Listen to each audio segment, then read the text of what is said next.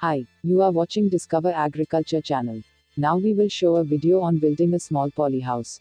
Watch till end, and if not subscribed to our channel, subscribe now.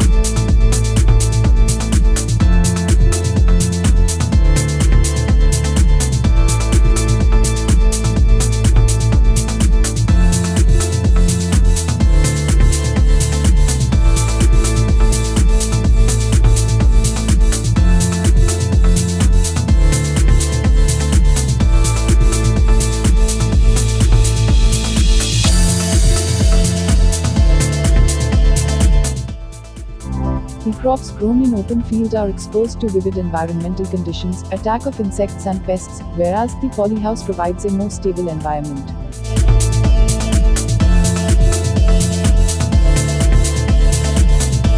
Classification of greenhouse based on suitability and cost. 1. Low cost or low tech greenhouse. 2. Medium tech greenhouse. 3. High tech greenhouse. Low cost greenhouse is a simple structure constructed with locally available materials such as bamboo, timber.